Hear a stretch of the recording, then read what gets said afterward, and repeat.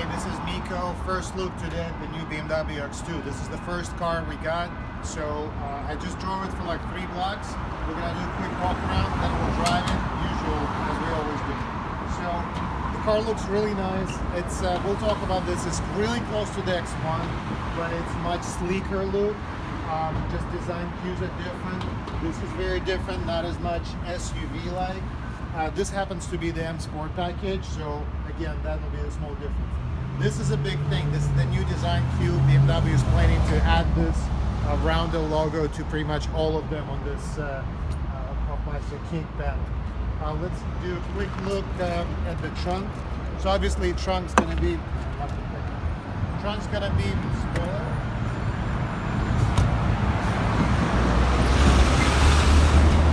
Opens with a roundel. Slightly smaller than the X1, but the trunk is decent. If you get around flat tires, then you get extra storage down here. Power trunk. Rear room, again, slightly smaller because the car is lower, slightly smaller than the X1. So right now it's kind of tight. My cameraman Eddie is a tall guy, so he pushed it all the way back, but it's still doable. So again, tighter than the X1, doable. That's pretty much it for the walk around. Let's talk about the car while we drive.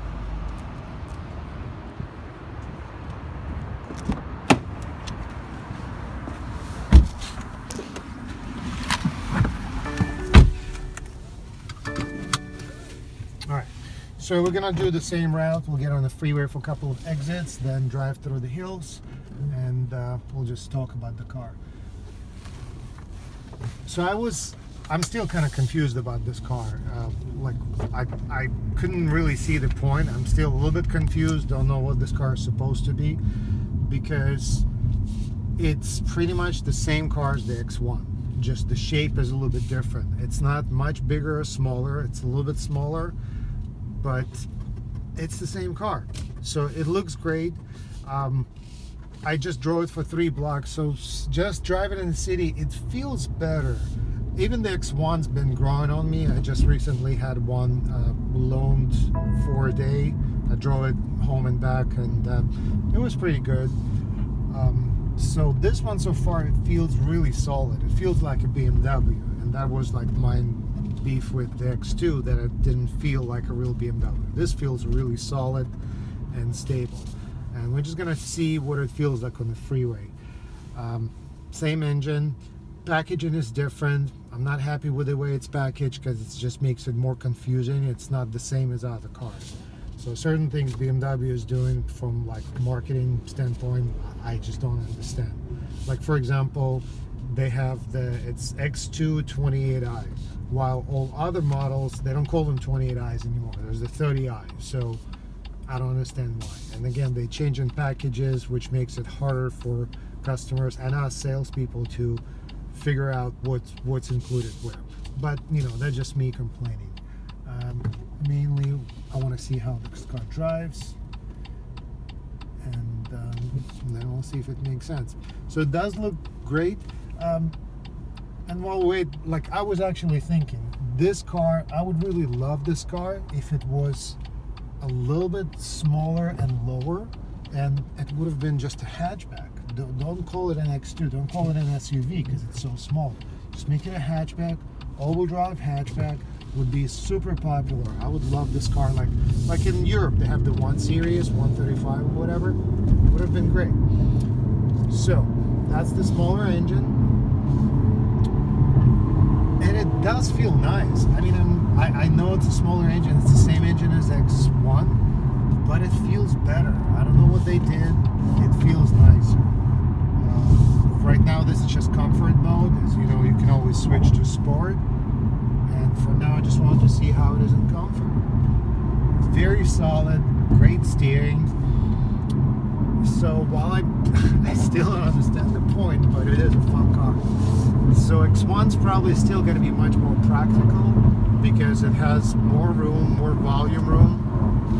But this is the fun option. This is the real BMW option. That's how I see this car, at least right now. I think it's quieter. It feels quieter than X1. of equipment, you get the latest nav with the touchscreen, which is nice. We were just talking about it. The instrument panel is like this, the new 2 Series instrument panel.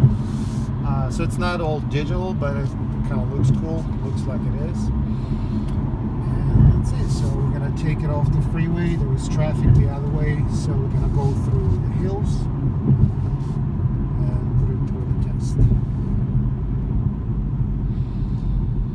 Yeah, I guess if you just look at this car as hatchback, which BMW pretty much never had a real hatchback in the United States, this is a really cool car. It drives well, it's really solid, like a BMW should. It's obviously available as all-wheel drive, so that's actually makes a lot of sense. That's a good addition to the lineup. Again, just like if you think about it as one of the SUVs, it doesn't make sense to me. All right, let's put it to sport. Okay, go fine. You go.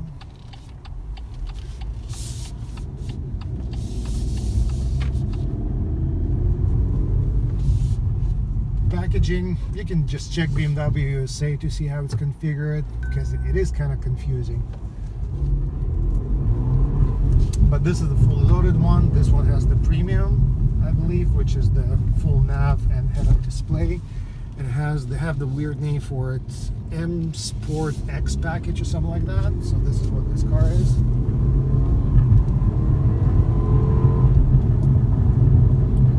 Alright, not super powerful, even in sport coming up the hill. It's, you know, definitely, I mean, it's not the 6 Series. I mean, not the 6-cylinder. But it's fine. Yeah, so like this acceleration, the car might be slightly too heavy for it. Not a big deal for me personally.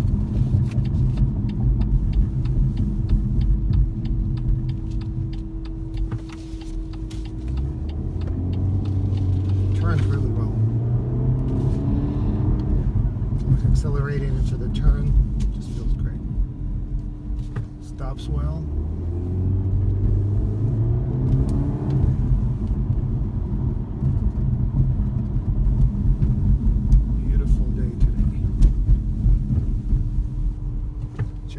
Views of Potrero Hill, San Francisco.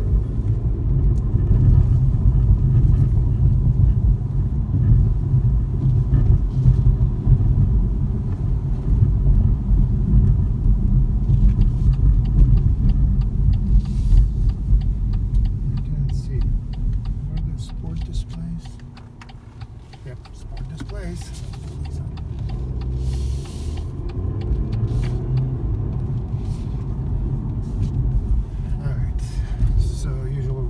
We'll take it on the twisty street. Let's check hill hold assist. We'll stop. Yep, it's working.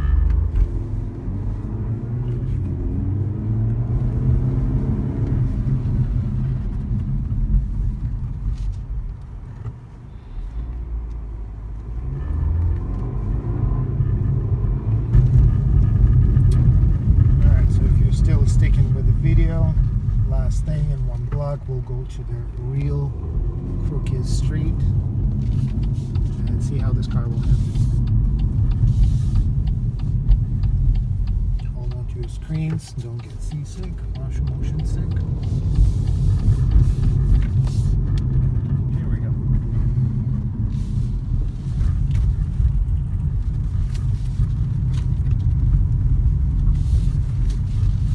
Alright, well that felt really good until I got stuck behind a Subaru, but it handles. So absolutely no problem with the handling. I think if I was a customer, this test drive would have sold it for me. And just how you see this car, what you're looking for. You're looking for a fun, good looking, elegant, sporty, luxury hatchback, which nobody does anymore. And the last one that was available was an Audi A3 in the United States. That was a real nice hatchback. And since that's gone, they moved to like a little wagon. And now there's, Volkswagen GTI, and that's it. This will be it. This is the hatchback. This is what people have been waiting for. So all-wheel drive hatchback, still missing the manual transmission, but that's just, you know, we might as well forget about those. And that's it. Actually, it's a really nice car. Thanks for watching.